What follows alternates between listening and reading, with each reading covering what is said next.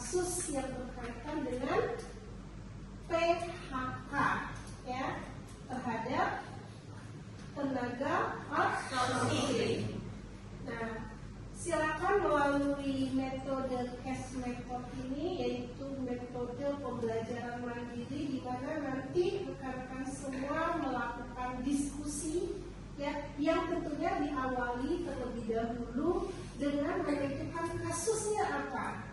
Nah, seperti yang sudah kita bicarakan sebelumnya, bahwa rekan-rekan mengambil kasus terkait dengan PHK yang dilakukan terhadap tenaga outsourcing.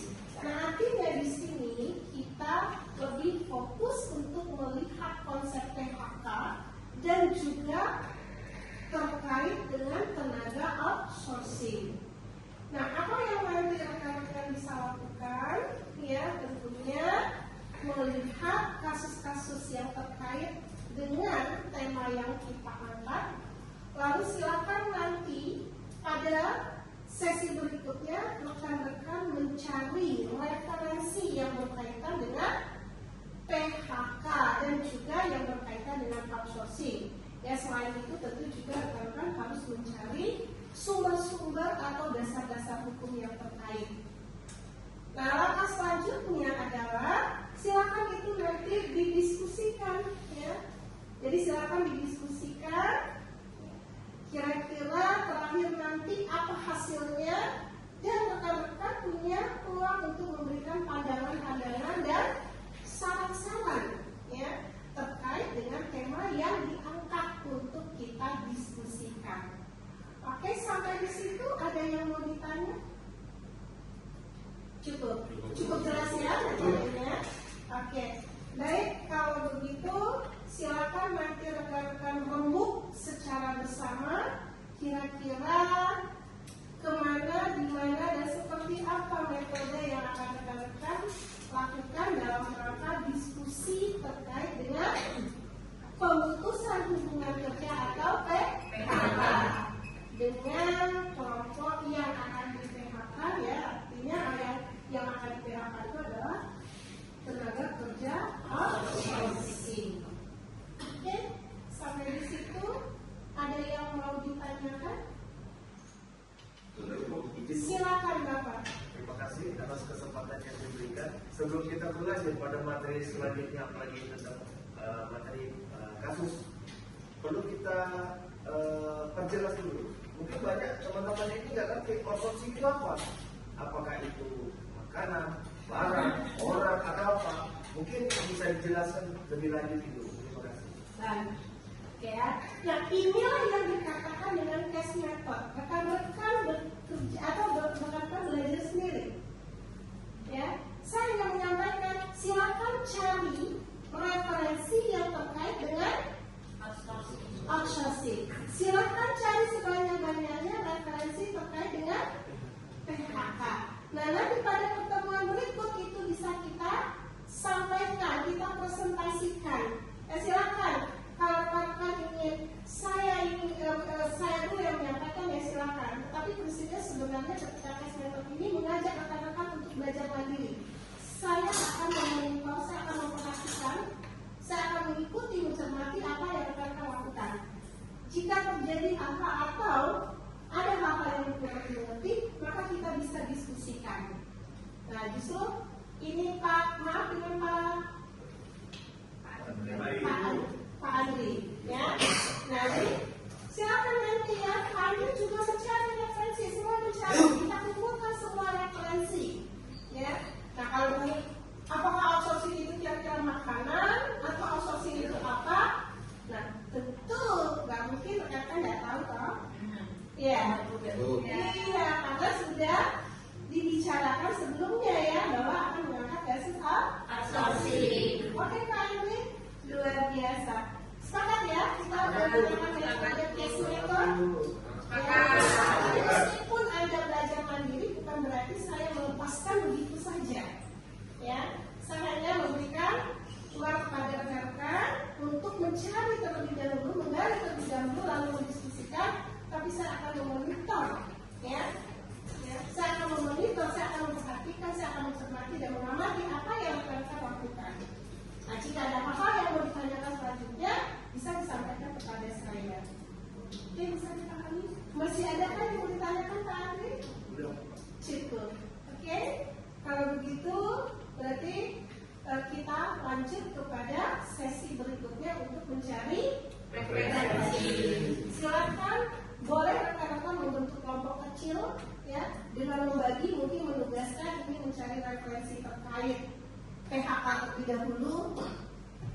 Kemudian nanti ada kelompok lain yang mencari referensi terkait dengan outsourcing, lalu mencari sumber-sumber hukumnya.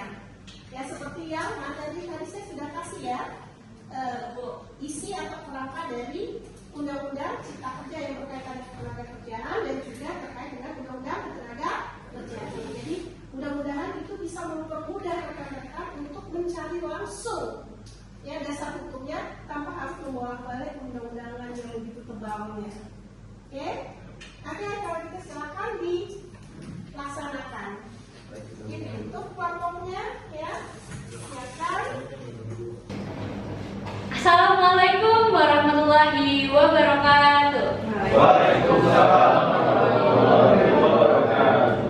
Selamat malam dan salam sejahtera untuk kita semua. Baiklah, pada malam yang hangat ini kita dapat berkumpul di ruangan ternyaman kita di kampus Umrah Prodi FISIP, yang mana kita akan bincang-bincang santai nih rekan-rekan, membahas tentang outsourcing. Nah, sebelumnya kita akan memperkenalkan diri dulu. Kami semua dari Prodi Ilmu Hukum Paralel 2021 yang akan membuat tugas dari mata kuliah ketenagakerjaan yang langsung ke basis diskusi aja deh, takutnya makan waktu lama. Tadi upahnya udah salah, udah cukup. Oke, yang didosenkan oleh Ibu Dewi Haryanti. Baiklah, pada malam ini kita akan membahas tadi tentang outsourcing. Sebenarnya apa sih outsourcing itu, ciri-cirinya, dan apa yang terjadi, serta kasus-kasus apa yang pernah terjadi di Kepulauan Riau, dan khususnya di Kota Tanjung Pinang ini. Nah, teman-teman pasti pada bingung kan apa itu outsourcing atau tenaga alih daya. Baiklah, kesempatan kali ini kita akan membahas itu yang diwakilkan oleh Bapak Patrick. Pada Bapak Patrick, disilakan. Selamat malam. Malam. Selamat sekali, baik. Teman-teman, kita coba mengupas, menggali lebih dalam tentang outsourcing. Tapi kita bicara pada konteks di awal adalah landasan hukum secara formilnya, tentu itu menjadi lebih baik. Karena kita bahas ya nanti mengarah kepada rekomendasi yang sifatnya empirik. Kalau outsourcing kayaknya sudah tidak asing lagi kita dengar. Ya, outsourcing itu tenaga alih daya yang menjadi persoalan dari sejak lahirnya Undang-Undang Nomor 13 tahun 2003 itu sampai kepada konsep terbaru dalam Undang-Undang Cipta Kerja. Jadi dalam ketentuan pasal 66 itu, dalam ketentuan pasal 66 Undang-Undang Nomor 13 tahun 2003 itu landasan formil merujuk pada bagaimana rumusan tentang outsourcing. Nah, jadi teman-teman, outsourcing ini memang menjadi persoalan bangsa. Ya, ketika lahirnya undang-undang terbaru itu nanti bisa dilihat dalam rujukan ketentuan Undang-Undang Nomor 11 tahun 2020 itu di Ciptaker, yang kemudian juntonya ada di dalam ketentuan peraturan pemerintah Nomor 35 tahun 2021. Nah, tapi nanti kita coba menggali case kasusnya bahwa apakah pembaruan dalam ketentuan pasal 66 dalam pengurusan undang-undang yang lama, yaitu Undang-Undang Nomor 13 tahun 2003 itu sudah mengakomodir secara komprehensif hak-hak yang dimiliki oleh tenaga alih daya. Itu nanti menjadi dasar kita untuk menggali dan mengupas secara empirik. Kemudian kita nanti akhirnya merumuskan beberapa referensi sebagai kontribusi kita bagi memenuhi hak-hak tenaga kerja. Nah, kalau outsourcing, kita berbicara outsourcing artinya ada konsep alih daya tenaga kerja yang tidak menginduk pada perusahaan, tapi ada perusahaan penyedia tenaga kerja dalam proses rekrutmen. Ya, ini yang membuat persoalan ketika terjadi PHK yang biasanya lebih untuk PHK itu rata-rata hak-hak pekerja outsourcing itu tidak terakomodir secara baik jika banyak terjadi hilangnya hak, baik itu hak pesangon, tunjangan dan lain-lain. Lalu pertanyaannya secara hukum keperdataan apakah ada hak tuntut oleh pekerja yang dikategorikan sebagai pekerja outsourcing? Memang ada dalam rumusan ketentuan Undang-Undang Nomor 13 Tahun 2003. Tapi pertanyaannya apakah salah satu ekses dari sanksi yang diberikan oleh undang-undang itu adalah sampai kepada dicabutnya hak atas izin perusahaan itu. Tapi ketika izin dicabut tentu perusahaan itu tidak bisa beraktivitas. Persoalan lanjutannya akan muncul, terjadi PHK massal. Kemudian muncullah hilangnya lapangan pekerjaan dan pajaknya berkurang. Ini persoalan dilematik, ya. Sehingga akhirnya dalam rumusan terbaru dalam ketentuan Undang-Undang Nomor 11 Tahun 2020 tentang Cipta Kerja itu ada contoh pasal turunannya yang ada dalam ketentuan Peraturan Pemerintah Nomor 35 Tahun 2024. Tapi juga kita lihat lebih spesifik apakah ketentuan terbaru itu juga sudah mengakomodir secara baik hak-hak pekerja outsourcing atau tidak. Tadi teman-teman bisa melihat apakah dalam praktek lapangan kalau bisa kita lihat di beberapa media, maka yang paling menonjol adalah apa yang dilakukan oleh pekerja di sektor PLN. Ya. Mungkin teman-teman yang ada yang bekerja di PLN pasti tahu itu apa yang sedang dikerjakan oleh para pekerja outsourcing yang bekerja di bawah naungan PLN, tapi sifatnya outsourcing. Alidaya, ada penyedia pekerja yang memang punya kemitraan dengan PLN. Tapi ketika terjadi PHK, yang persoalan munculnya adalah hak-hak yang dibayarkan oleh perusahaan itu tidak sesuai dengan ketentuan dalam Undang-Undang Nomor 13 Tahun 2003 maupun Undang-Undang terbaru dalam Undang-Undang Cipta Kerja, yaitu Undang-Undang Nomor 11 Tahun 2020. Nah, ini yang menjadi catatan jika nanti kita coba memberikan ruang selebar-lebarnya bagi teman-teman yang mungkin memiliki beberapa informasi kasus yang berkaitan dengan outsourcing. Itu yang menjadi catatan bagi kita sekalian agar kita coba membahas satu demi satu sampai kepada kita bisa menyimpulkan hal-hal yang menjadi rekomendasi kita secara akademik pada paling tidak kepada penentu undang-undang atau legislator. Itu yang menjadi pengantar sehingga saya sekali lagi menegaskan bahwa karena kita bahas outsourcing maka rujukan hukumnya ada dalam ketentuan pasal 66 Undang-Undang Nomor 13 Tahun 2003. Tetapi telah diperbarui sehingga nanti dalam narasi terbentuknya undang-undang terbaru dalam Undang-Undang Cipta Kerja yaitu Undang-Undang Nomor 11 Tahun 2020 itu junto pada pasal sekian yang ada dalam ketentuan Peraturan Pemerintah Nomor 35 Tahun 2001 itu kita akan melihat lebih jelas apa klausul-klausul yang ada dalam rumusan terbaru itu sudah mengakomodir apa yang selama ini diperjuangkan oleh pekerja outsourcing atau tidak. Ya, jadi itu landasan formil hukumnya yang nanti menjadi kajian kita sampai kepada nanti ada beberapa case yang akan diangkat oleh teman-teman di kelompok lain tentang PHK dan lain sebagainya. Itu pengantar dari kami. Mungkin di sesi ini kita minta feedback, mungkin ada teman-teman ada yang mau menyampaikan pendapat atau pertanyaan atau juga sifatnya saran di batasan posisi rujukan undang-undangnya baik Undang-Undang Nomor 13 maupun Undang-Undang terbaru sekarang. Demikian teman-teman, kira-kira mungkin ada yang berpendapat? Baik, sangat luar biasa pembukaan malam ini tentang outsourcing dari Bapak Menteri. Boleh kita kasih aplaus? Oke. Selanjutnya tadi kita akan membahas tentang outsourcing. Kira-kira teman-teman ada yang mau bertanya nggak? Atau kasih pendapat atau kasih tambahan tentang outsourcing tadi? Ada nih tambahan dari Ibu Gita, Bu Happy. Silakan Gita. Oh, Bu Gita baik.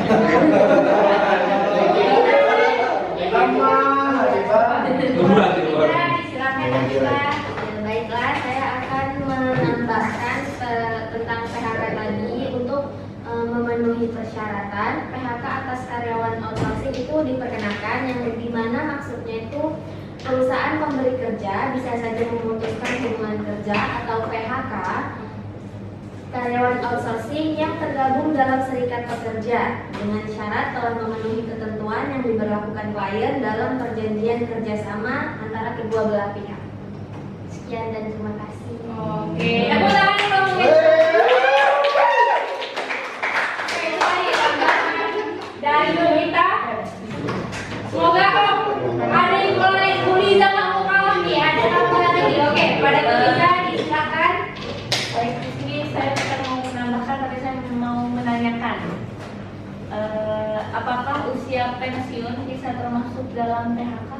Oke, tadi bedanya ini usia ya, agak sensitif ya untuk membahas usia. Karena saking beratnya usia di kelas kita, maka dijawab oleh Bu Shika. Pertanyaan Riza tadi, oke, menyebabkan PHK itu dapat berakhir. Ini dalam pasal 61 Undang-Undang 13 tahun 2003, junto Undang-Undang 11 tahun 2021. Jadi PHK itu dapat berakhir apabila yang pertama pekerja meninggal dunia, yang kedua jangka waktu kontrak telah berakhir, yang ketiga selesainya suatu pekerjaan tertentu, keempat adanya putusan pengadilan atau penetapan lembaga penyelesaian perselisihan hubungan industrial yang telah memenuhi kuota hukum tetap. Lalu yang terakhir adanya keadaan atau kejadian tertentu yang dicantumkan dalam perjanjian kerja, peraturan perusahaan atau perjanjian kerjasama yang dapat menyebabkan berakhirnya hubungan kerja. Nah, jadi lanjut lagi pasal 154A ayat 1 Undang-Undang 13 tahun 2003 junto Undang-Undang 11 2021 dan pasal 36 PP 35 tahun 2021 juga mengatur berbagai alasan PHK dapat dilakukan ataupun diperbolehkan. Sekian, mungkin ada tambahan pada teman-teman lainnya. Jadi pensiun itu termasuk PHK apa bukan? Enggak masuk ya, kan mungkin tadi kan pertanyaan usia ya. Usia pensiun itu termasuk PHK, pemutusan hubungan kerja diberhentikan dengan hormat. Oke, iya masuk berarti. Masuk nggak berarti dia Masuk. dalam pasal 61 Undang-Undang 13 tahun 2003 tadi? Ya, masuk bagian-bagian itu PHK apa?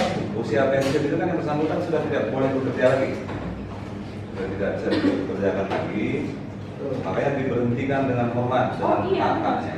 Benar. Jadi usia pensiun termasuk bagian dari PHK. Iya. Jadi PHK itu bukan mesti konotasinya jelek. Ya, Ya, baik. Berarti itu masuk dalam jangka waktu kontrak kerja dalam berakhir pensiun. usia pensiun. Usia pensiun. Usia pensiun. Ya, sependapat dengan apa yang disampaikan Pak Indra Dewati terkait di pasal 81 angka 42 Undang-Undang Cipta Kerja yang memuat baru pasal 154 ayat 1 huruf A Undang-Undang Ketenagakerjaan yang menyatakan bahwa pekerja memasuki usia pensiun merupakan salah satu alasan dapat dilakukannya PHK. Oke. Tapi Terima kasih teman-teman. Oke. Lanjut Pak mungkin Firman. menarik aja ya, mungkin yang perlu kita bahas ini Pak PT Suja. Kira-kira pekerja outsourcing itu mengenal nggak usia pensiun gitu? Itu mungkin menarik tuh jadi bahas. Karena kan mereka outsourcing kan mereka kan terikat kontrak sebetulnya antara vendor dengan pemberi kerja. Mungkin Ya kan, misalnya kontraknya setahun 2 tahun. Apakah pensiun itu dikenal di dalam pekerja outsourcing? Jadi saya coba menjelaskan sedikit Pak. Jadi perusahaan rekrut ini adalah perusahaan penyedia tenaga kerja. Jadi di dalamnya itu ada orang-orang yang punya keahlian-keahlian tertentu. Misalnya ada pekerjaan khusus pengawasan di bawah laut misalnya. Kontraknya 6 bulan. Selesai pekerjaan, apakah yang bersangkutan ini diputus di-PHK oleh rekrut? Tidak. Dia tetap sebagai karyawan penyedia tenaga kerja dengan hak-hak yang seperti diatur oleh undang-undang. Mereka punya jaminan sosial tenaga kerja, hak pensiun mereka dapat. Berarti nanti yang mengurus pensiunnya bukan si pemberi pekerja, Bukan si pemberi tapi kerja. si penyedia kerja. Nah, Iya. itu yang mungkin Jadi kita harus dudukan. hubungan dengan pemberi kerjanya memang nggak ada. Iya. Pekerjaan hubungannya dengan pekerjaannya, bukan dengan perusahaan penyedia pekerjaan. Misalnya pengawasan di bawah perusahaan A 6 bulan selesai, yang bersangkutan ini bisa pindah ke perusahaan C sampai kemana-mana. Tapi dia tetap sebagai tenaga di perusahaan vendor tadi. Iya, perusahaan vendor Artinya tadi. status dia di perusahaan vendor itu dia karyawan tetap di perusahaan karyawan di perusahaan vendor. perusahaan vendor. Tapi mempekerjakan perusahaan lain Iya, betul. tenaganya. Ini kira-kira gitu Pak Basuki, cuma itu iya. Jadi Ya benar, Pak Norman, Pak Indrawati. Karena kan mungkin kita sampai kepada sebuah rekomendasi. iya. Jadi apa yang kita kaji ini kan hal lain melandasi aturan normatif dalam ketentuan baik itu Undang-Undang 13 maupun peraturan terbaru yaitu di Disnaker 11 tahun 2020. Tapi catatan yang terpenting adalah bahwa dalam Undang-Undang Disnaker nomor 11 tahun 2020 itu sudah memuat ekses pidana atas pelanggaran Undang-Undang Tenaga Kerjaan. Itu nanti dilihat di pasal 185 ayat 1 itu memuat sanksi pidana bagi pelanggaran terhadap pemberian hak pekerjaan. Salah satunya tentang PHK. Sehingga sudah ada advokasi yang memang termasuk kepada unsur-unsur yang diatur dalam ketentuan Undang-Undang Tenaga Kerjaan. Hanya masih berlaku juga vendor yang menjadi penyedia tenaga kerja. Kita mungkin bisa menyimpulkan, kalau saya berpendapat, kalau ketentuannya sudah terakomodir yang ada dalam ketentuan Undang-Undang tahun 2020, lalu rujukan secara praktiknya dalam ketentuan PP nomor 35 tahun 2021, maka kalau bisa kita merumuskan sebuah konsep untuk meminta kepada pemerintah untuk menghilangkan outsourcer, penyedia jasa. Kenapa nggak lari ke PLK aja yang memang itu ranahnya formil secara pemerintahan? Karena kita istilah katanya outsourcer ini seakan-akan calon tenaga kerja. Iya. Nah, gitu. Tapi disambung oleh pengusaha karena konsep efisiensi dan pembiayaan itu. Sehingga pengusaha sangat senang menggunakan jasa pekerja. Gitu. Ya kalau memang kita sepakat, bahasan kita pada rekomendasi meminta kepada pemerintah untuk outsourcernya ditiadakan diganti kewenangan yang ada di pemerintah lewat PLK, Balai Kerja. Gitu. Nah, jadi kalau pendapat saya sih ketika ada rujukan hukum yang menjadi dasar sanksi pidana dalam pasal 185 ayat 1 itu sudah bagus. Ada kemajuan karena dulu kan hanya sanksi administratif di dalam ketentuan undang-undang lama, tapi ketika undang-undang Cipta sudah memuat klausul dalam pasal 18 ini itu pidananya paling minim 1 tahun dan paling banyak 4 tahun. Itu dalam klausul pasal 18 itu. Itu sehingga membuat efek jerah terhadap pengusaha-pengusaha yang tidak memberikan pekerja. Tetapi kalau masih ada outsourcer, kita bisa mensepakati untuk memberikan saran kepada pemerintah supaya outsourcernya itu ditiadakan. Tidak boleh lagi ada vendor penyedia tenaga kerja. Sebaiknya ada di PLK yang memang sudah pernah ada panggilan kerja itu. Nah itu pendapat saya. Oke. Bang Iki, dengar-dengar tuh ada cerita itu tentang bahasa apa Pak? Anggotanya yang mereka pakai tenaga outsourcing Oh ini kan kita membahas tentang outsourcing. Mungkin dikembalikan ke vendornya. ya ini mungkin ada cerita ya dari pengalaman pribadi juga dari Pak Rizky. Pak Rizky bukan Babang Iki, itu di kampus lain. Gimana ceritanya Pak? Aduh ini disingkahi orang nih, tutup aja jalan Pak. Macam mana? Santai-santai aja. Tak ada air minum nih Pak? Hah? Lagi buat. Oh lagi dibuat. Oke. Kalau ada kopi itu sedap Pak. Oke, gimana Bang Iki? Jadi awal mula cerita itu kita di kantor kan ada memakai tenaga outsourcing sekitar 9 orang. Jadi dalam penilaian kinerja itu ada Kantor Bang Iki itu bergerak di bidang apa ya? di Kalau bidang udah tahu ya. kargo Ya. Kargo. Di Bandara Raja Haji Fisabilillah. Oke. Jadi kita memakai jasa tenaga kerja outsourcing yang kantornya itu bertempat di Jakarta. Jadi ada 2 tenaga outsourcing yang menurut kami secara penilaian kinerjanya itu bermasalah. KPI-nya bermasalah Pak. Nah, jadi 2 orang tersebut kita pulangkan ke pihak vendor. Tetapi pihak perusahaan yang menyediakan jasa Penyedia. tersebut. Nah, kebetulan kantornya kan di Jakarta tuh Pak, jadi koordinasinya agak Vendornya di Jakarta. susah. Jadi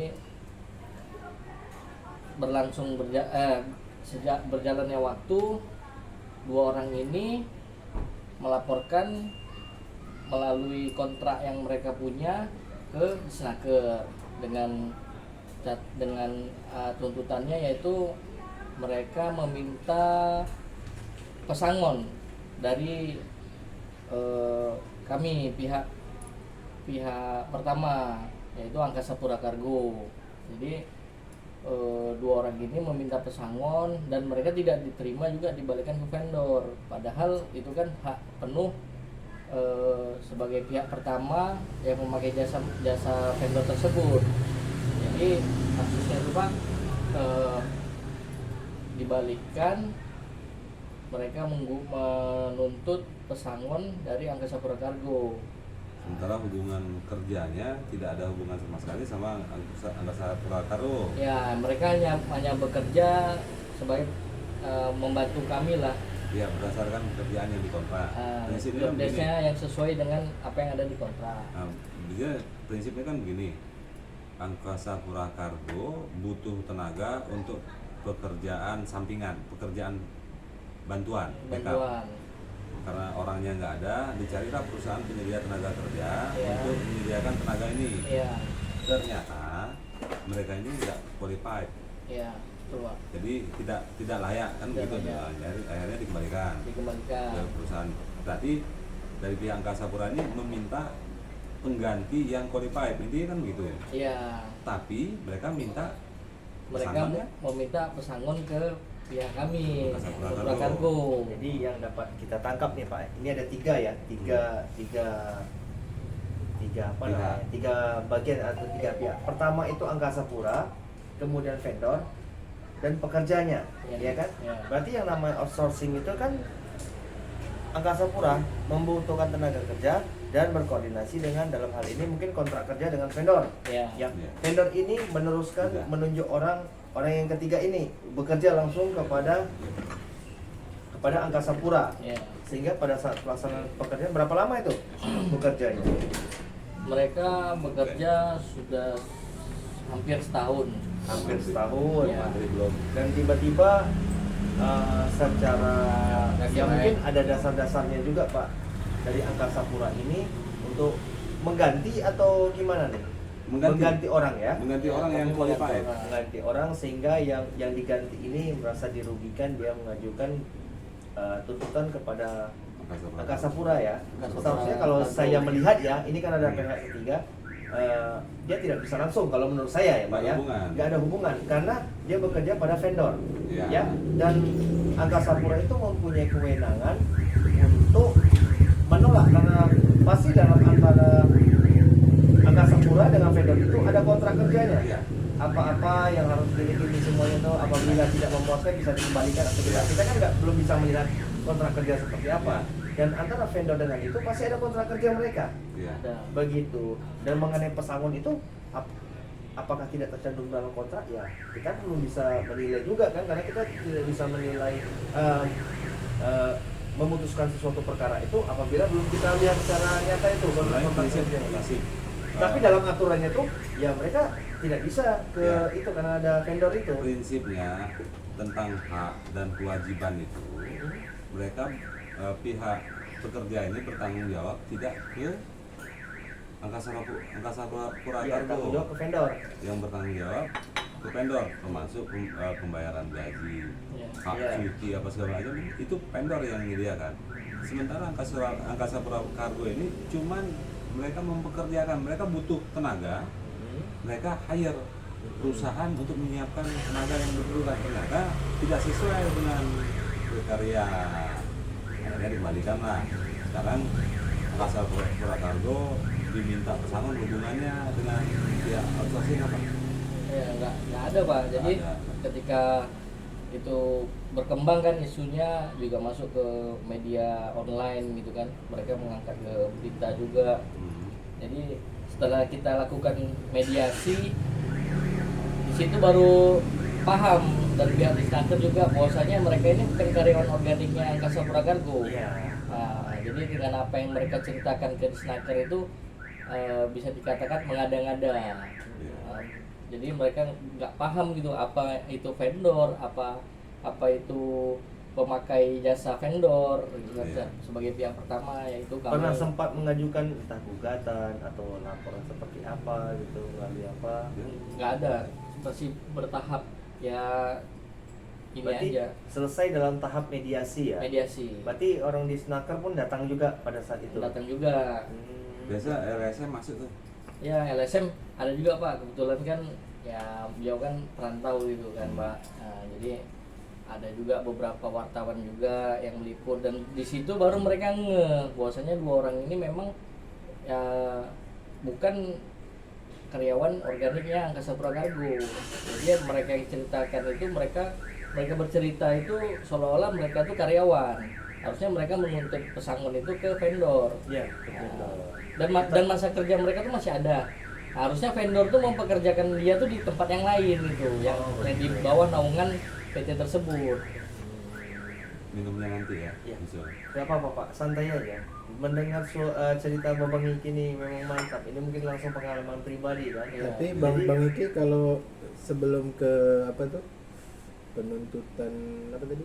Ganti rugi. Ganti Pesangon. rugi. Pesangon dari pihak Angkasa Pura, tahapan-tahapan misalnya pekerja ini suka telat, pekerja ini suka tidak masuk, surat teguran atau apa ke pekerja udah pernah dilayangkan. Nah, Sebelum dia dikembalikan ke vendor. Nah itu dia uniknya, kami ini kan melakukan ya namanya tahapan ketika kita mengembalikan itu sebetulnya tidak ada dasar bahwasanya harus ada SP1, SP2, SP3 baru kita bisa balikan ke vendor. Itu tidak ada. Ketika penyedia jasa itu tertulis di kontrak, ketika penyedia jasa tidak menilai tidak kinerja sudah tidak bagus ataupun dia mempunyai masalah atau berkelakuan buruk, itu bisa langsung dibalikan. Intinya tidak layak lah. Tidak layak, tapi mereka berpanutan dengan SP1, SP2, SP3. Kalau dikembalikan harusnya kan bukan dia di PHK kan? Bukan. Bukan ditangkap. tapi Kita balikan ke vendor. Hmm. Nah, biarkanlah vendor itu bekerjakannya itu di mana tempat lain yang ada penaungan outsourcing vendor tersebut gitu. Jadi paling tidak antara Angkasa Pura dan vendor itu pasti ada kontrak kan? Ada perjanjian kerjasama itu pasti ada. Jadi biasanya kontrak itu lebih teliti lagi karena ini terkait Oh, pekerjaan kan. Iya. Jadi Nah, pasti akan tercantum itu apa yang menjadi dasar, misalnya penilaian kriteria seperti apa semuanya kan. Apabila misalnya akan dikembalikan ke vendor apabila misalnya tersangkut masalah pidana atau apa, kinerja kurang baik apa semua. Dan kinerja itu biasa dalam instansi pemerintah dalam suatu instansi lah, mereka biasanya tuh punya indikator sebagai tolak ukur, misalnya absensinya. Ya sebenarnya tuh memang biar lebih fair sih harus diungkapkan ya, tapi ya kalau di dalam kontrak kerja itu tidak tercantum, ya mau gimana lagi? Yang namanya itu kan harus Pak semuanya. Nah, Kita harus kalau- mengikuti aturan kerja seperti apa. Kalau di BUMN itu ada namanya KPI. Maksud KPI itu Penilaian kinerja. iya penilaian kompetensi, penilaian individu ya. Iya. Jadi itu terbuka sebenarnya.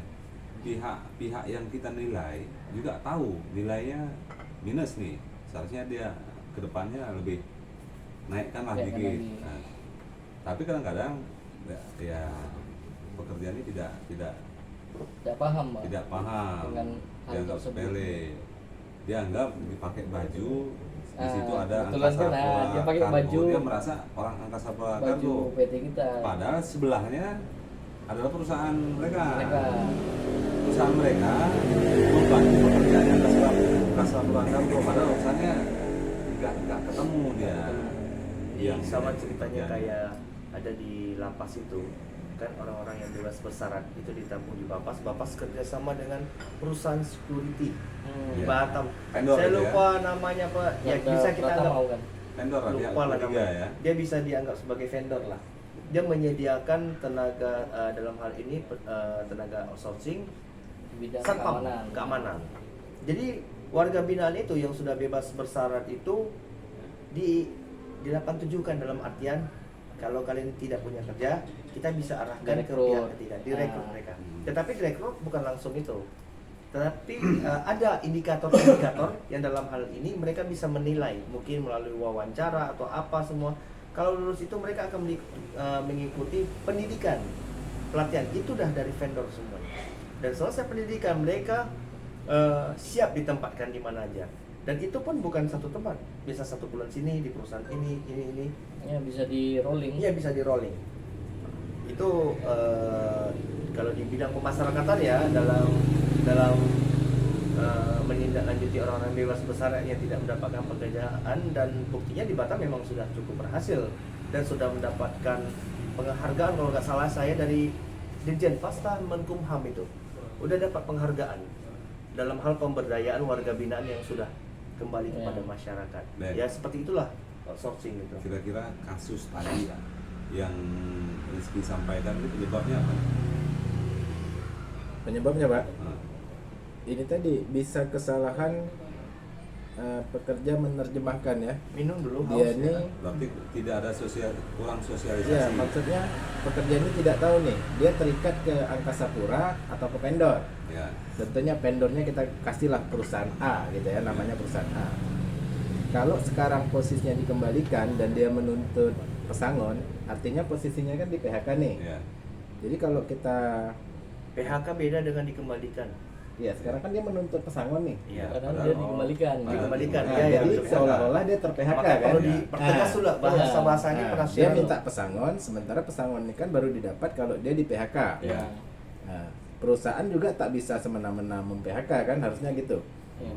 Jadi yang pihak Angkasa Pura sekarang jadi pihak yang tertuju untuk dia meminta Pesangon pesangon tersebut. Sebelum dia bekerja di di vendor Lokasinya? A ya, atau Apa? dia bekerja di Angkasa Pura. ya, dia merasa orang Angkasa Pura, padahal hubungan kerja berdasarkan pekerjaannya. Pekerjaannya. Nah, setakat biasanya. ini pihak Angkasa Pura ada komunikasi dengan vendor Ada. kerja itu. Jadi terakhir pas bahwa mediasi itu, pekerja yang dikembalikan itu masih tetap bekerja, tidak di PHK. jadi statusnya Agak itu sini, Ki. Agak sini. statusnya itu mereka ujung-ujungnya pas mediasi itu kan kita perjelas tidak kita PHK, kita sebagai pemakai jasa ini kan kita kembalikan lagi ke vendor, terserah vendor mau apa memelihara mereka lagi atau mempekerjakan mereka lagi atau tidak, itu kita serahkan ke vendor. Nah, ujung dari kasus tersebut vendor langsung memutuskan bahwasanya kita tidak mau berhubungan lagi dengan pekerja tersebut, jadi mereka memang dapat pesangonnya. Berarti yang memutuskan, yang mem-PHK-kan itu vendor, Vendor itu Vendor. bukan Angkasa bukan Pura. Angkasa Pura. Ya. Berarti dapat pesangon lah ya. Ya. Jadi kurangnya edukasi terhadap pekerja-pekerja di Indonesia itu seperti itu, Pak Men. Itu Sebenarnya masalahnya masalah hukum ketenaga kerjaan. Apa sebab di poin B itu kan disebutkan adanya ketidakjelasan status dan tanggung jawab ya. antara perusahaan pemberi kerja dengan atau perusahaan penyedia jasa pekerja dengan tenaga outsourcing. Dia nggak tahu nih tanggung jawabnya vendor itu sampai di mana, tanggung jawabnya yang pemakai tenaga mereka untuk pekerjaan tertentu itu. Sama lah kalau kita di rumah tuh ada pembantu, kita dari perusahaan mana yang menyediakan pembantu kan. Iya. Jadi pasti nantinya rancu nih, begitu penyelesaian ada konflik antara pekerja dengan pengguna tenaga dengan vendor. Sebenarnya yang kebingungan ini pekerja. Sebenarnya bertanggung jawab sama mereka itu siapa? Ya. Jadi dia merasa rancu ini, mereka pakai bajunya Angkasa Pura, tapi mereka bukan orang Angkasa Pura. Bukan Angkasa Pura Kalkun. Mereka cuma dikontrak pekerjaannya, bukan orangnya. Bukan yang orangnya. Jadi kayaknya ini kita Ketidakjelasan. masyarakat kita nih kurang banyak membaca. Ya. Main tanda tangan aja. Sudah itu tidak ada kejelasan hukum. Satu undang-undangnya tidak jelas.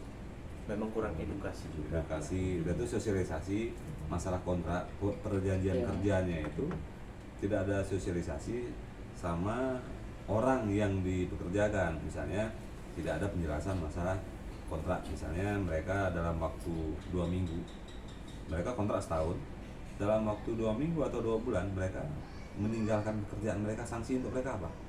Ya. Yang pasti kan yang pemberi kerja ini kan merasa dirugikan. Ya. Betul. Jadi kesimpulan yang dapat kita ambil ini gimana Pak? Jadi paling tidak nih yang saya simpulkan sendiri ya, mungkin Bapak beda Ya. lain lagi kan. Jadi terkait dengan tenaga outsourcing ini terdiri dari 3 bagian, Angkasa Pura, vendor, dan yang bersangkutan.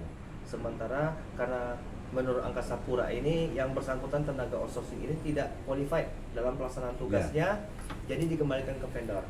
Dan kemudian vendor pun langsung menarik dan tidak diberi pekerjaan lah ya.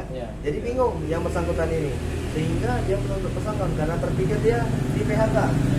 Jadi itu tuntutan dia. Sementara yang bersangkutan ini outsourcing ini tidak memahami seluk-beluk dalam hal ini permasalahan intinya di mana, karena dia yang bertanggung sama dia vendor bukan Angkasa Pura dan dilaporkan kepada Dinas Tenaga Kerja. Mungkin pada saat itu Dinas Tenaga Kerja belum mendapatkan informasi yang qualified atau yang penuh gitu ya. Jadi pada saat terjadi mediasi, disitulah terbukti bahwa ya memang yang bersangkutan kalaupun di PHK tidak dipekerjakan kepada vendor, bukan kepada Angkasa Pura. Dan tindak lanjut dari vendor ini memutus pekerjaan terhadap yang bersangkutan, dan yang bersangkutan juga diberikan pesangon. Sudah selesai Pak ya? Iya. Oke, mungkin hanya itu yang dapat kami sampaikan dalam studi kasus mata kuliah hukum ketenagakerjaan, dan kasus ini memang benar terjadi dan dialami oleh Bapak Rizky dari keluarganya, sehingga dia bisa menyampaikan apa yang kejadian faktanya seperti apa. Oke? Demikian saya akhiri dengan wabillahi taufik wal hidayah. Assalamualaikum warahmatullahi wabarakatuh. Waalaikumsalam. Baik, belum. Baiklah teman-teman, tadi secara gambaran secara umum nih tentang outsourcing atau tenaga kerja. Nah, kalau kita untuk mengulas secara dalam lagi apa itu outsourcing, pasti outsourcing itu punya tujuannya, perannya. Nah, kira-kira nih teman-teman nih ada nggak? Kira-kira tujuan apa sih sebenarnya dibuat outsourcing ini? Ya mungkin saya coba memberikan tanggapan terkait apa sih tujuan dari outsourcing ini. Tapi saya perhatikan tujuannya ini lebih banyak berpihak kepada perusahaan ya. Kalau saya perhatikan, mungkin salah satu tujuannya yaitu membuat perusahaan menjadi lebih fokus terhadap bisnisnya gitu, sehingga akan mendapatkan keuntungan sumber daya guna memenuhi kebutuhan pelanggan gitu, dengan cara mengalihdayakan pekerjaan itu ya ke perusahaan. Kemudian perusahaan nanti bisa dengan adanya outsourcing ini bisa melakukan penghematan dan pengendalian biaya operasional seperti itu. Jadi yang menjadi alasan utama itu biasanya perusahaan itu lebih memilih vendor atau penyedia jasa outsourcing ya biasanya, sehingga biaya operasionalnya bisa menjadi lebih hemat. Itu mungkin salah satunya yang mungkin nanti yang teman-teman bisa tambahkan seperti itu. Oke, jadi menurut Bapak Nurman Iya, salah satu tujuan outsourcing itu lebih efisien dalam penggunaan operasional, operasional karyawannya. Dan itu lebih menguntungkan perusahaan sebetulnya. Nah, seperti itu. Kemudian tambahan mungkin Pak Nurman. Jadi kalau outsourcing ini keterikatannya dengan perusahaan yang pemberi kerja itu tidak ada keterikatan, sehingga perusahaan yang merekrut, yang pemberi kerja itu mereka tidak dibebani sama biaya tunjangan dan lain-lain, termasuk biaya cuti atau segala macam. Jadi hilang haknya tenaga outsourcing itu di sisi hak yang dikatakan seperti cuti. Tapi kalau jaminan sosial perusahaan ini sudah dipegang. Setiap outsourcing, perusahaan outsourcing itu sudah menyediakan jaminan THT, tunjangan hari tua atau kesehatan, sudah Pak. Cuman kalau di sisi perlindungan keterjaminan dia bekerja berapa lama itu yang perlu diangkat lagi. Begitu perusahaan yang pemberi kerja merasa yang bersangkutan tenaga outsourcing tadi tidak layak atau tidak pantas untuk dilanjutkan kontraknya, sudah putus tanpa ada hak pensiunnya, hak pasangan segala macam enggak. Jadi putus kontrak habis. Paling ada kompensasi dari negara, itu pun atas kesepakatan kedua perusahaan, bukan kesepakatan tenaga outsourcing, tapi kesepakatan penyedia tenaga outsourcing dan rekrut tenaga outsourcing tadi. Misalnya kalau ini diberhentikan ada uang kompensasi, misalnya mengembalikan bersangkutan ke daerah asal. Kenapa lagi? Kita ada yang tahu. Iya. Oke? Bagus kan? Bagus. Bagaimana? Tadi kan kita udah bahas nih tentang tujuannya dari Pak Dorman maupun Pak Indrawati. Mereka ini tidak ada jaminan di mana mereka sampai berapa lama sih mereka tuh bisa bekerja di suatu perusahaan itu. Jadi mungkin itu sih yang sering terjadi, permasalahan-permasalahan kasus yang pernah terjadi dalam outsourcing ini. Nah, mungkin kita akan lebih lanjut nih. Kira-kira teman-teman pernah nggak sih ngalamin atau pernah mendengar berita-berita kasus yang pernah terjadi, khususnya mungkin di kota teman-teman, di Tanjung Pinang atau di Pulau Riau, terjadi masalah outsourcing atau tidak keadilannya mendapat hak mereka atau penjaminan mereka kerja sampai mana? Jadi sebenarnya masalah outsourcing ini komplit, sangat komplit di dalam. Contoh gini, mungkin teman yang lain nanti bisa nanggapi. Saya memakai tenaga outsourcing dengan kontrak 1 tahun, ya. Tapi yang bersangkutan setelah bekerja selama 3 bulan, dia berhenti sepihak. Yang dirugikan siapa? Saya yang dirugikan. Padahal dalam kontrak itu ada uang penalti. Uang penalti karena yang bersangkutan tidak memenuhi kewajibannya untuk bekerja selama setahun, maka yang bersangkutan harus membayar uang penaltinya. Tapi ini keluar tanpa pemberitahuan, juga keluar. Jadi yang dirugikan siapa? Tapi itu ketika ada terjadinya ini kan Pak, perjanjian antara dua pihak atau gimana? Yang bersangkutan punya perjanjian dengan pihak perekrut. Sementara saya penyedia pekerjaan. Karena yang bersangkutan yang berhenti, otomatis pekerjaan yang saya sediakan tadi itu tidak terpenuhi. Jadi apa pekerjaannya? Jadi yang dirugikan dalam sistem outsourcing ini pihak pemberi kerja dan pihak tenaga. Yang diuntungkan itu penyedia tenaga outsourcing. Nah, contoh begini, saya merekrut, saya meminta 1 orang tenaga outsourcing dengan kontrak 6 juta. Silakan ditanya sama yang bersangkutan itu digaji berapa? Setengah sekurang lebih lah. Jadi kepastian penghasilan itu nggak ada di outsourcing. Maunya berapa, setuju, ya ini kontrak. Baik Pak, kalau misalnya gini, tadi kan dari penyedia sama perekrut nih kan.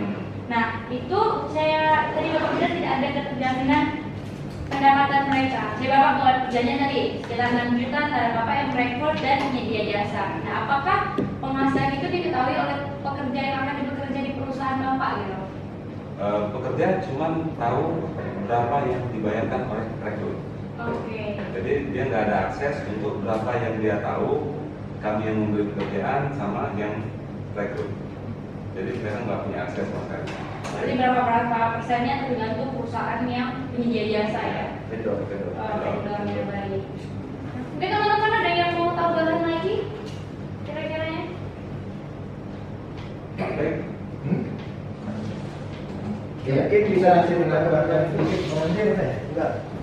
Yang menceritakan yang di depan mata aja kejadian ada seperti itu kan, yang masih dalam keluarga teman kita juga, mungkin bisa diceritakan Pak Muhammad gimana ceritanya? Ya, tapi sebelum masuk situ saya mau menambahkan sedikit. Banyak kita Pak Muhammad. Sedikit aja, kalau banyak-banyak malam. Jadi untuk pekerja outsourcing sendiri, ini sebetulnya memang pihak yang lemah ya di pekerjaan di perusahaan khususnya, karena di pekerja outsourcing sendiri ini tidak masuk dalam serikat pekerja pada perusahaan. Jadi menurut Ketua Umum Indonesia Outsourcing Association atau disingkat IOA, Abadi Asosiasi Bisnis Alih Daya Indonesia, Greg Chen, di berbagai negara termasuk Indonesia, itu pekerja outsourcing tidak masuk di serikat pekerja. Jadi sehingga bila ada terjadi PHK sepihak dari perusahaan, PHK ini kan sifatnya kontrak mereka belum selesai, ada terjadi pemutusan hubungan kerja terhadap pekerja outsourcing. Terlepas dari alasannya apa, mereka tidak bisa melakukan upaya perlawanan atau seperti apa karena mereka tidak termasuk dalam serikat pekerja. Itu yang tambahan dari saya. Baik, terima kasih Pak Bem atas tambahannya tadi. Semoga diskusi kita semakin malam makin aktif, makin seru teman-teman semuanya. Nah, kira-kira teman-teman tentang outsourcing-nya ada nggak sih peran pemerintahnya gitu? Mau nanya dulu sama Pak. Oke. Masalah tidak termasuknya tenaga outsourcing itu dalam SPSI, Serikat Pekerja Perusahaan itu alasannya apa? Memang tidak ada pengaturannya. Ya, kalau menurut aku begini mungkin. Yang bersangkutan itu kan cuma bekerja di tempat itu, tapi bukan pegawai di tempat itu. Ini ketika perusahaan sudah melakukan atau melaksanakan kewajiban perusahaan terhadap pekerja outsourcing, maka SP sama sekali tidak diperlukan atau serikat pekerja. Dan memang ini tidak diatur di Indonesia. Yang diatur di Indonesia adalah sistem kerjanya atau kita sebut dengan PKWT. Itu pelaksanaan perjanjian kerja waktu tertentu. Ini diatur oleh keputusan Menteri Tenaga Kerja dan Transmigrasi nomor 100/Men/4/2004. Sementara SP sendiri untuk tenaga outsourcing itu tidak diatur. Baik, mantap Pak Hendra. Jawaban dari Pak Bem. Oke, baik. Tadi tambahan dari Bapak Bambang. Oke, jadi kalau menurut saya ini teman-teman nih pada tahu nggak sih sebenarnya pemerintahnya ada peran nggak dalam outsourcing ini? Menurut Pak Andri mungkin bisa sharing nih kita Pak kalau ini peran pemerintah nih kan? Saat sekarang ini skip dulu. Skip dulu, baik. Mungkin sebelumnya Pak Andri, Pak Asman mungkin boleh tambahkan nih peran pemerintah dalam outsourcing. Baik, terima kasih Sinta. Untuk memang dalam hal ini fungsi dari peran pemerintah ini sangat diperlukan karena untuk outsourcing ini secara kasat mata diuntungkan ataupun berpihak kepada perusahaan. Sementara di lain sisi masyarakat ataupun pekerja yang menjadi pihak dari outsourcing ini mungkin merasa belum berpihak kepada masyarakat tersebut. Artinya contohnya dari kasus-kasus tadi kan jika mereka terjadi pemutusan hubungan kerja, mereka tidak bisa mendapatkan sepenuhnya atau sepihak gitu. Jadi pemerintah dalam hal ini bisa dikaji ulang lagi gitu. Bahwasannya outsourcing ini apakah benar-benar demi untuk kemaslahatan masyarakat ataupun hanya untuk berpihak kepada suatu perusahaan. Ini saya rasa itu perlu dikaji lagi. Baik, berarti banyak masalah-masalah dan peran pemerintah sendiri ya Pak untuk mengkaji masalah outsourcing ini. Ini ada teman nih yang ingin bertanya nih dari Bang Zafar. Tadi bisik-bisik saya nih mau tanya nih di dalam tentang outsourcing. Oke, boleh Bang Zafar? Mungkin boleh. Baik, izin ada yang mau ditanyakan ini? Tanyakan. Mungkin lebih ke arah permasalahan hukumnya. Jadi yang mau saya tanyakan itu kan tadi ada Pak Indra Wardi itu bilang masalah sepihak tentang PHK dari tenaga outsourcingnya. Jadi langkah apa yang harus dilakukan oleh tenaga outsourcing tersebut apabila dilakukan PHK sepihak dari pihak perusahaan? Perusahaan atau vendornya? Dari perusahaannya Pak. Perusahaan. Ya, perusahaan tempat Dia bekerja. Ya, Bukan vendornya ya? bukan vendornya. Karena kan Baik. kalau dari vendornya itu kan biasanya langsung tahunya dari PHK saja. Kalau dapat saya super Mungkin boleh menambahkan, mungkin membantu teman-teman. Nah, sekarang dia sebagai perbandingan ya, A, B, C. A itu perusahaan bekerja sama dengan B selaku vendor. Ya, jadi A ini meminta ke B untuk tenaga kerja. Dan yang ke C ini kerja dengan vendor B, C ini yang dipekerjakan pada A. Jadi secara otomatis ya, memang C itu bekerja kepada si A, dalam hal ini perusahaan. Tetapi kalau menurut saya tanggung jawab semuanya itu dia di B, karena dia merekrut. Tidak ada kerjasama antara A dengan C. Yang ada kerjasama dalam hal ini kontrak A dengan B. Disitulah tercantum semuanya. Misalnya kalau ada mengenai pemberhentian seperti apa semuanya. Kemudian apabila biasanya kan suatu perusahaan itu meminta suatu pekerjaan, ada klasifikasinya. Ini semua. Dan dia harus bekerja dengan baik. Dan apabila dia tidak bisa menyelesaikan tugas yang diberikan suatu perusahaan, dia bisa dikembalikan kepada B untuk digantikan yang lain. Mengenai nasibnya seperti apa, itu bukan urusan perusahaan, itu urusan dari vendor. Begitu. Jadi C dalam hal ini ya pekerja tidak bisa menuntut ke perusahaan A. Kalaupun dia mau menuntut itu ke B, vendor. Karena vendor yang menyalurkan dia gitu. Benar kan Pak Indrawadi? Ya. Soalnya ada juga permasalahan seperti itu, sekilas seperti itu ya, di perusahaan Angkasa Pura karena tidak qualified lah pekerjaan, dikembalikan kepada vendor. Dan pada saat dikembalikan vendor, yang bersangkutan tidak bekerja ya, sehingga mungkin yang C ini merasa dirugikan. Jadi tiba-tiba menuntut ke A, dalam hal ini mungkin Angkasa Pura menuntut ganti rugi atau kompensasi. Dan sebelum itu dia langsung melaporkan ke Dinas Tenaga Kerja, Pak ya? Iya. Nah, sementara Dinas Tenaga Kerja itu tidak langsung harus gimana, paling tidak harus ada mediasi, mendalami suatu permasalahan seperti apa. Ternyata pada saat bertemu semua ditemukan dia tidak bisa menuntut kepada perusahaan karena dia disediakan oleh vendor, gitu. Jadi A bisa mengembalikan. Kalau mau dituntut ya sesuai perjanjian antara orang tersebut dengan vendor, gitu. Prinsipnya kan outsourcing. Itu yang dapat saya jelaskan sekilas. Terima kasih. Pekerjaan yang dikontrak, tapi bukan orangnya. Kan gitu. Seandainya orang itu tidak layak, tidak cakap, berarti kan pekerjaannya kan gagal nih. Berarti yang perekrut apa?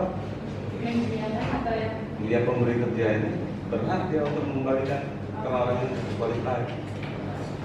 Ya, jadi saya tahu kan Mas, kita coba mengupdate bahwa sebenarnya peran pemerintah sudah ada. Lalu aspek hukumnya juga sudah terakomodir. Pada tadi dengan satu saya ada menyebut Undang-Undang Nomor 11 tahun 2020. Itu juntonya ada di ketentuan Peraturan Pemerintah Nomor 35 tahun 2001. Jadi apa yang teman-teman sampaikan itu sudah teranulir lewat ketentuan terbaru itu dalam undang mengatur tatanan pekerjaan itu. Tidak ada lagi job supply atau labor supply.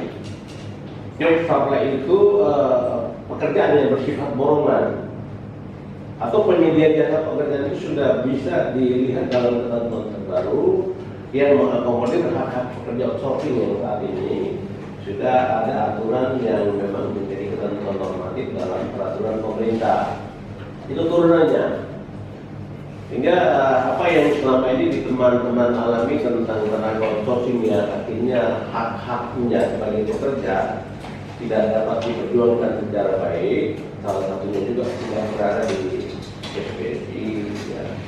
Lalu hak tuntut juga yang nanti akan larinya kepada pengadilan hubungan industri itu juga sifatnya tidak sampai kepada ranah keperdataan. Ini sudah terakomodir dalam ketentuan Peraturan Pemerintah Nomor 35 Tahun 2021. Itu sudah ada menurut kepada narasi yang menjadi ketentuan klausula undang-undangnya yang bersifat wajib. Artinya hak pekerja outsourcing sudah hampir mendekati tenaga-tenaga kerja yang saat ini. Itu nanti coba kita bisa melihat bersama itu. Ya. Yang kita khawatirkan selama ini adalah ada pembatasan tentang hak tuntut oleh pekerja ketika rumusan dalam pasal 66 Undang-Undang Nomor 13 Tahun 2003 itu menjadi kaku. Ketentuan pidana tidak ada. Yang ada adalah ketentuan perdata, yaitu paling sampai kepada pencabutan izin usaha dari perusahaan yang mempekerjakan outsourcing. Bukan persoalannya adalah tidak. outsourcing itu kan outsource, itu penyedia. Ketika dia membuat alih daya pekerjaan, ada dua konsep, yaitu PKWT dengan PKWTT. Perjanjian kerja waktu tertentu yang dijelaskan Pak Tonang dengan perjanjian pekerja waktu tidak tertentu. Itu yang kita kenal dengan pekerja permanen. PKWTT itu. Lalu tapi nanti ini kan menjadi persoalan yang selama ini dialami oleh pekerja. Termasuk yang saya sengaja memberi contoh, nanti kita bisa lihat di ketentuan yang akhirnya membuat pekerja outsourcing di sektor listrik nanti tidak menjadi soal tapi belum. Ya. Tapi ketika kita melihat apa peran pemerintah sudah ada. Adanya di mana? Adanya dalam ketentuan peraturan pemerintah yang terbaru itu nomor 35 tahun 2021, implementasinya itu menjadi junto dari ketentuan dalam ketentuan Undang-Undang nomor 11 tahun 2020 tentang cipta kerja. Itu sudah tidak lagi dia ngambang, tapi bersifat wajib. Hak pekerja ketika di PHK itu sudah bersifat wajib berikan. Itu rumusan secara klausulnya ada dalam ketentuan PP nomor 3 itu. Itu seperti yang dijelaskan Pak Andre tadi sudah bagus. Pak Norman tadi, ya salah satu sisi penggunaan outsourcing adalah segi efisiensi. Perusahaan menggunakan pekerja outsourcing itu untuk efisiensi pembiayaan, profesionalnya. Dia mau untung, tapi dia menggunakan tenaga kerja dengan biaya semua mungkin. Itu konsep dasar dari outsourcing sebenarnya.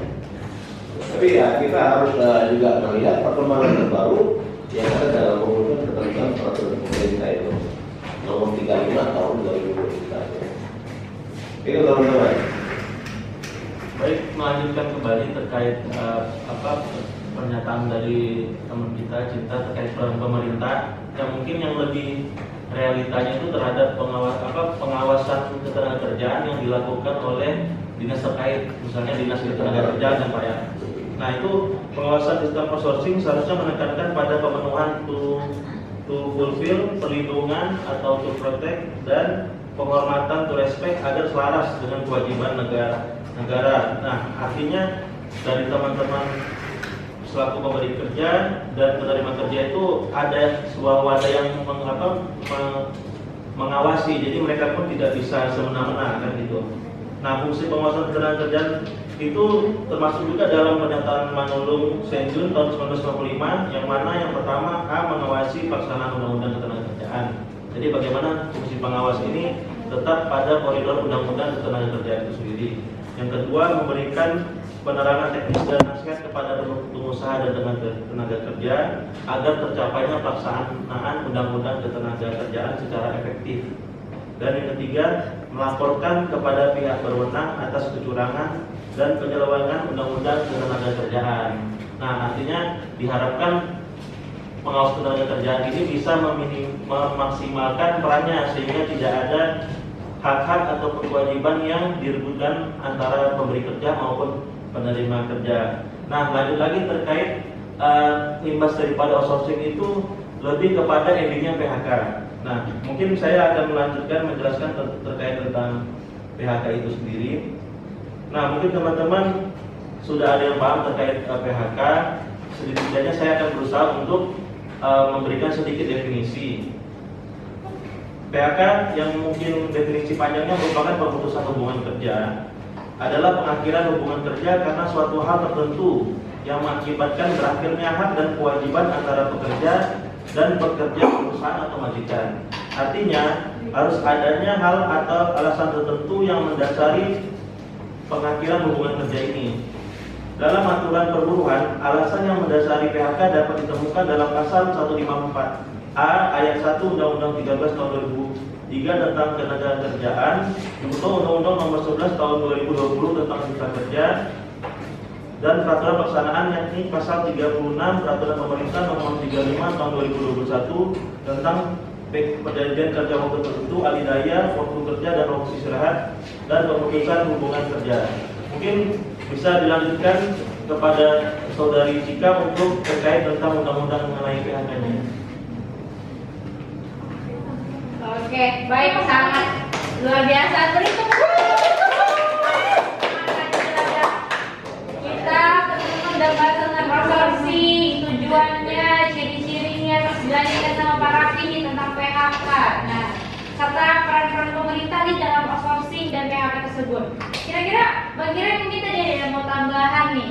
Ya, dari saya sih tambahan untuk Jova tadi mengenai PHK sepihak itu dari langkah hukum yang dapat dilakukan dari para pekerja di PHK oleh satu pihak dari perusahaan.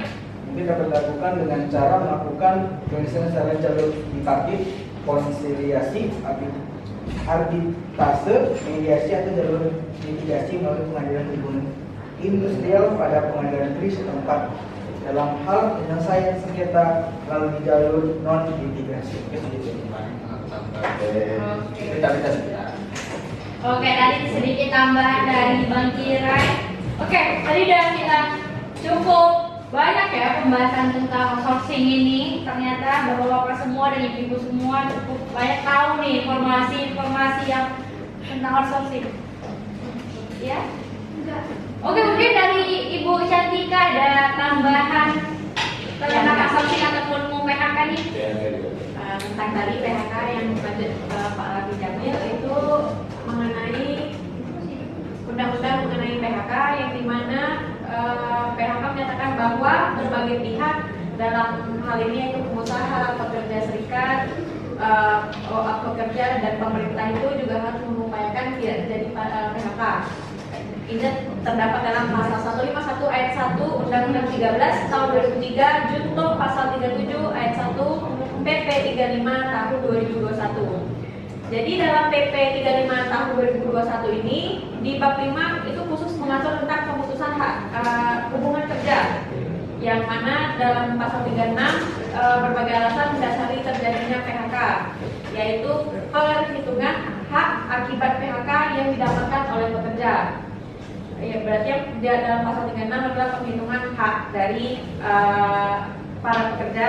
Yang kedua ada pasal 37 sampai dengan pasal 39 mengenai tata cara pemutusan hubungan kerja sejak tahap pemberitahuan PHK hingga proses PHK di dalam perusahaan dijalankan.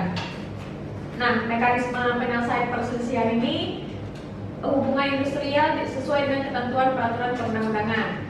Lalu yang ketiga ada pasal 40 sampai dengan pasal 59 mengenai hak akibat pemutusan hubungan kerja, di mana berupa uang pesangon, uang penghargaan masa kerja, uang penggantian hak, uang visa. Nah, perhitungannya ini berdasarkan alas atau dasar penjelasannya dari PHK ini.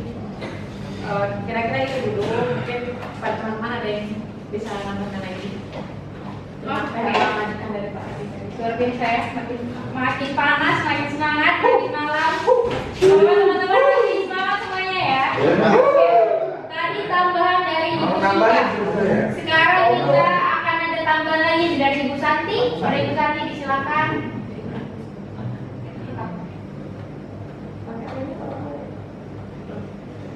Izin mau menambahkan, biasanya masalah terjadi bila kontrak kerja tidak diperpanjang sesuai ketentuan perundang-undangan, sah saja memutus kontrak atau PHK saat ikatan jalan. Tapi undang-undang mengharuskan klien membayar gaji pokok dan juga tunjangan yang masih tersisa sesuai kontrak yang harus dijalani. Jika semua regulasi diikuti, umumnya tidak akan terjadi masalah. Oke, baik. Itu tadi tambahan dari Ibu Santi. Mungkin dari bapak-bapak ini jangan kalah Pak sama ibu-ibu, masih tetap semangat.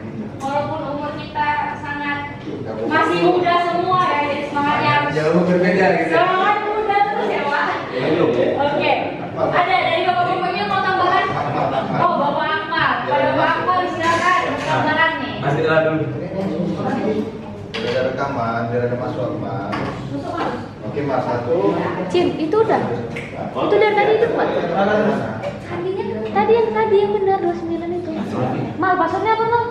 92, 96, 22, 1. Jangan pernah dimatiin. 92,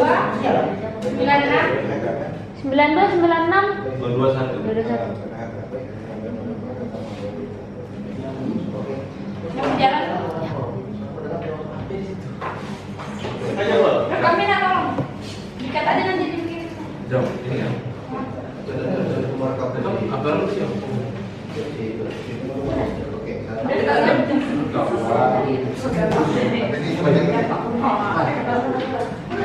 Pakai suara.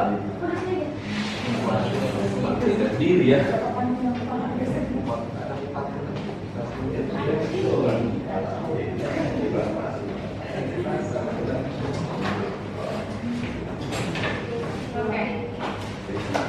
dia suara dari Bapak Akmal memberikan pendapat-pendapatnya yang sangat luar biasa kepada Bapak Akmal.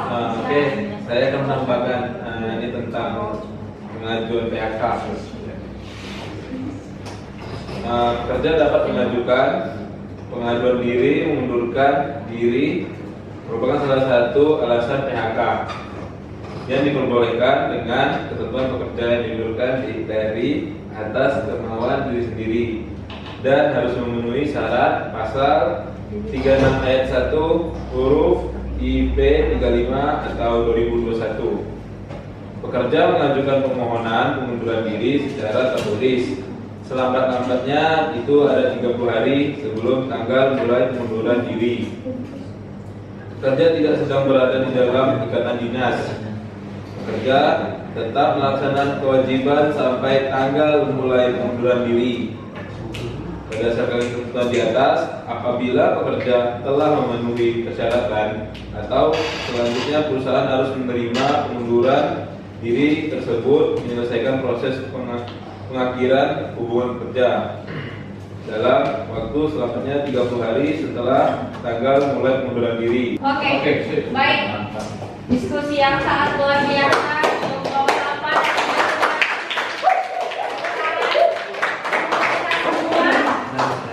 Semoga pembahasan tentang outsourcing, PHK, tentang pengunduran diri dari Bapak Akmal tadi yang ilmu baru dapat bermanfaat bagi kita semua. Semoga di lain waktu kita masih bisa sharing-sharing, masih bisa jumpa lagi.